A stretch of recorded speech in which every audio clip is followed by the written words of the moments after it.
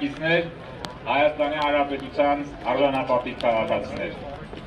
Սերժ Սարգսյանն իր վերարտադրության նպատակով ուզում է ծուղակը գցել ժողովրդին և նոր սահմանադրության միջոցով կայունացնել ու վերջնականորեն ամրագրել այս տարիների ընթացքում ձևավորված միակուսակցական քրեապետության ռեժիմը։ Եթե մինչ օրս ժողովրդի իշխանությունը յուրացվում էր ընտրությունից ընտրություն քաղաքացիների քվեն կեղծելու պարբերական գործողություններով, ապա այս նոր սահմանադրության ընդունման դեպքում ընտրություններն ընդհանրապես կվերածվեն ձևական միջոցառումների և ժողովուրդն ամբողջությամբ կձգտվի դրանց միջոցով իր կամքն արտահայտելու հնարավորությունից,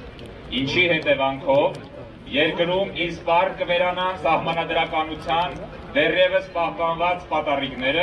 և կհաստատվի հակասահմանադրական կառավարում։ Մինչդեռ մեր ազգի համար սահմանադրականությունն այլընտրանք չունի, որովհետև մեր տարածաշրջանի սպառնալի իրավիճակի և մեր երկրի փոքրության պայմաններում մենք կարող ենք գոյատևել միայն այն դեպքում, երբ ազգի յուրաքանչյուր ներկայացուցիչ կլինի իր երկրի ճակատագրի ու պետության լիիրավ տերն ու պաշտպանը, ինչպես նաև իր անձնական կյանքի ազատության ու ճակատագրի։ Մեր աչքի առաջ բռնատիրության վերածվող մեր պետությունը զուգահեռաբար վերածվում է ազգի, պետականության և հայրենիքի կործանման գործիքի։ Սահմանադրականություն ասելով, առաջին հերթին պետք է հասկանալ առնվազն երկու այնպիսի քաղաքական բևեռների առկայություն, որոնք միաժամանակ և հակակշռում և փոխլրացնում են միմյանց։ Ընդ որում, այս բևեռները պետք է ձևավորվեն ու գործեն ներհանրային համերաշխության և արդարության միջավայրում։ Սահմանադրականության ասելով նաև պետք է հասկանալ պետական ինքնիշխանություն և ազգային շահերի գերակայության ապահովում։ Ուստի նոր սահմանադրության ընդունման հանրաքվեն իրական ընդդիմության համար միևնույն ժամանակ և առիթ և պատճառ է միավորվելու, ժողովրդին համախմբելու և երկրում ի վերջո սահմանադրականություն հաստատելու համար։ Առիթ է, որովհետև քաղաքական և իրավական հնարավորություն է տալիս միավորվելու ու պայքարելու համար։ Պատճառ է, որովհետև մեր ազգի և պետականության լինել չլինելու մարտահրավեր է առաջացնում։ Այս առիթն ու պատճառը մեզ օգնում են միավորվել և ժողովրդին համախմբելու միջոցով վարչախմբի ստեղծած ծուղակը հենց իր համար ծուղակ դարձնել։ Ընդդիմության միասնական և փոխլրացնող գործողությունները հանգեցնելու են վարչախմբին հեռացնելու և նոր սահմանադրության ընդունումը խափանելու ռազմավարական զույգ խնդիրների լուծմանը։ Մի կողմից Նոր Հայաստան հանրային փրկության ճակատի ծրագրով դեկտեմբերի 1-ից սկսվող աննազանդության խաղաղ քայլերով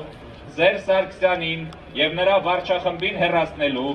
իսկ մյուս կողմից հանրաքվեին մասնակցելու և ոչ ասելու գործընթացները ակցանի նման իրենց մեջ են առնելու վարչախմբին։ Այս ակցանի արդյունավետ աշխատանքի համար շատ էական է նախաձեռնությանը տիրանալը, իսկ նախաձեռնությանը տիրանալու համար պայմաններ կստեղծվեն Նոր Հայաստան ճակատի դեկտեմբերի 1-ի հանրահավաքին մասնակցելով և մինչ հանրաքվեն նախապես փողոցում այնպիսի իրավիճակ ստեղծելով, որի պարագայում համախմբված ընդդիմությունն ու ժողովուրդը կվերածվեն ուժի բևեռի և կկարողանան կամք թելադրել վարչախմբին, ստիպելով նրան նահանջել և հանձնվել։ Այսպես վարվելու պարագայում շատ հնարավոր է,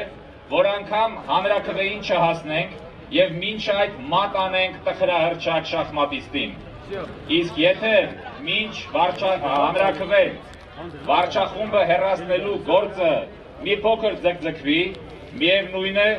մենք կորուստ չենք ունենալու, քանի որ փողոցում հավաքված և ուժի բևեռի վերածված ըմբոստ ժողովուրդը հաշված օրերի ընթացքում բավարար հզորություն ձեռք կբերի և ի վերջո կհասնի իր նպատակին։ Ուրեմն, միասնաբար մասնակցենք դեկտեմբերի 1-ի համազգային հանրահավաքին և թող մեր կարգախոսը լինի ոչ հանցավոր վարչախմբին, ոչ նոր սահմանադրությանը, եւ ոչ նոր սահմանադրությանը,